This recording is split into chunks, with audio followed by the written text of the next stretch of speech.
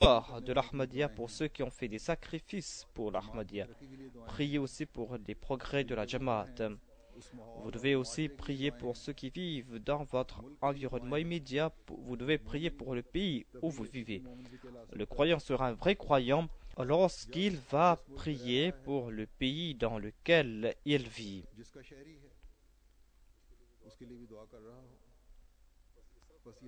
Voilà donc les devoirs qui ont été confiés aux Ahmadis. Il est très important que de s'acquitter de ces devoirs. Le salut du monde réside dans les prières des Ahmadis. Le salut de l'humanité réside dans les prières des Ahmadis. Ce sont des prières qui vont montrer la voie vers le paradis. Si nous-mêmes, nous ne sommes pas en train de marcher dans cette direction, comment l'indiquer aux autres? Nous, en tant qu'Ahmadis, nous avons accepté un nouveau Adam. Un Adam qui n'est pas sorti du paradis, un Adam qui est héritier des deux paradis, et un Adam qui est venu nous montrer la voie vers ces deux paradis. Il est venu avec ses enseignements de son maître, le saint prophète Mohammed paix soit lui. Dieu avait révélé au Messie premier l'Islam ces paroles: Khalaqa Adama wa Akrama. Jariullahi fi hulalil anbiya. Bushra alaka ya Ahmadi. C'est lui qui a créé Adam et qui l'a honoré. C'est le prophète de Dieu dans le manteau des prophètes. C'est-à-dire qu'il porte en lui les qualités spéciales de tous les prophètes. Bonne nouvelle pour toi, ô Ahmad.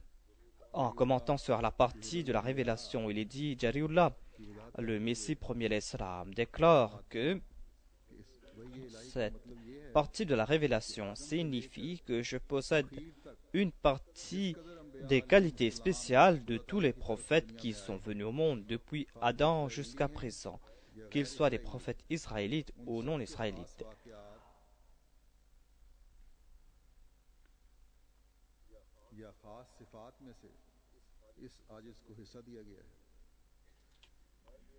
L'empreinte de la nature de tous ces prophètes sont en moi. Et en raison de son amour sincère pour le saint prophète Mohammed paix soit lui, le Messie premier l'Islam a reçu le titre de prophète, et ainsi il a profité de la lumière du saint prophète Mohammed paix soit lui, et cette lumière n'a pas de limite. Cet Adam qui est venu fut rempli de lumière du saint prophète Mohammed Mustafa sallallahu alayhi wa sallam. Et c'est pour cette raison qu'il nous a montré comment implorer Dieu. Il nous a montré ses voies pour être guidés vers Dieu. Et il nous a guidés vers ces voies qui vont nous faire profiter des biens d'ici-bas et de l'au-delà, afin que nous soyons les héritiers des faveurs d'ici-bas et de l'au-delà. Afin de profiter de cette lumière au cours de ce premier jour de l'année et au cours des autres jours de notre vie, on va devoir accomplir de bonnes œuvres. C'est ainsi que nous serons bénis tout au long de l'année et tout au long de notre vie. J'ai l'espoir que les Ahmadis ont été animés par ces sentiments aujourd'hui. Par la grâce d'Allah, aujourd'hui, dans les mosquées Ahmadis, on a fait la prière de Tahajjud en congrégation. Mais ces sentiments ne doivent pas s'arrêter ce premier jour. Chaque jour qui se lève doit manifester ses effets. On doit faire chaque pas dans la direction de la taqwa, et nous allons devoir renforcer notre foi dans le prophète.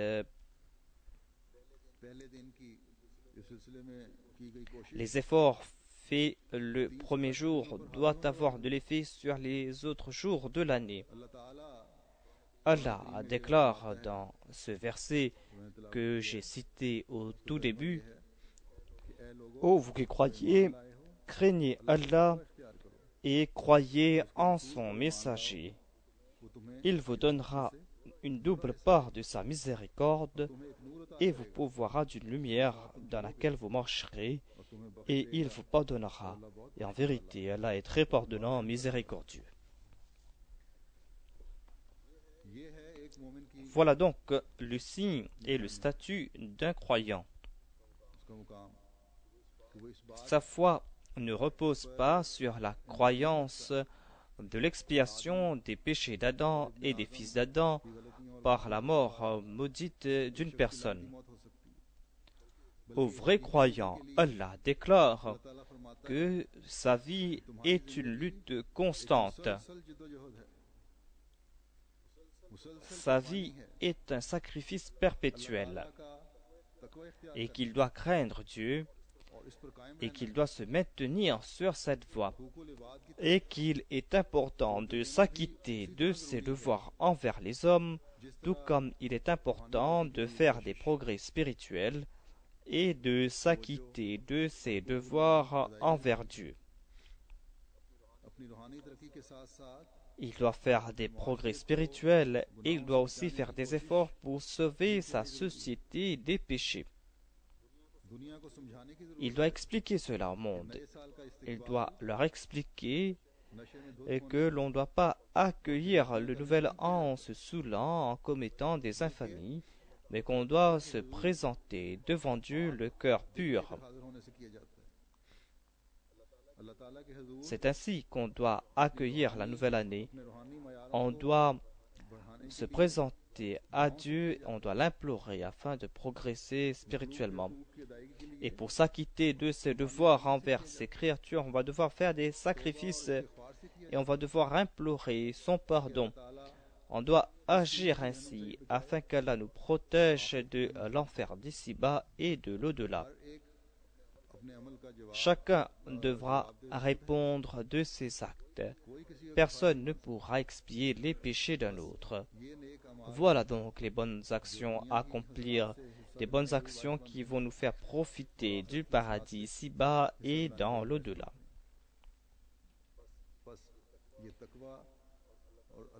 Voilà donc cette taqwa, voilà donc comment suivre le saint prophète Mohammed paix sur lui. C'est ainsi que l'on pourra attirer le plaisir de Dieu. Tout comme je l'ai déclaré, c'est en suivant le saint prophète Mohammed Mustafa que nous serons les bien-aimés de Dieu. Et Dieu nous accordera double récompense, il nous accordera lumière. Et cette double récompense signifie le bien d'ici-bas et les biens de l'au-delà. À ce propos, le Messie premier l'Islam déclare que, ô vous qui croyez, si vous êtes ferme sur les voies de la taqwa et si vous marchez sur cette voie droite pour la cause d'Allah, Dieu va vous accorder une distinction. Il va faire une distinction entre vous et les autres. Cette distinction est qu'il vous accordera une lumière grâce auquel vous allez suivre votre voie. Cette lumière va éclairer vos actions, vos paroles et vos forces et vos aptitudes et vos sens. Cette lumière sera dans votre intelligence, cette lumière sera dans vos paroles, cette lumière sera dans vos yeux et dans vos oreilles et dans vos langues et dans vos paroles. Cette lumière se trouvera dans tous vos mouvements. Les voies sur lesquelles vous allez marcher seront les voies éclairées. Ces voies ses forces, ses sens seront emplis de lumière, et vous serez lumière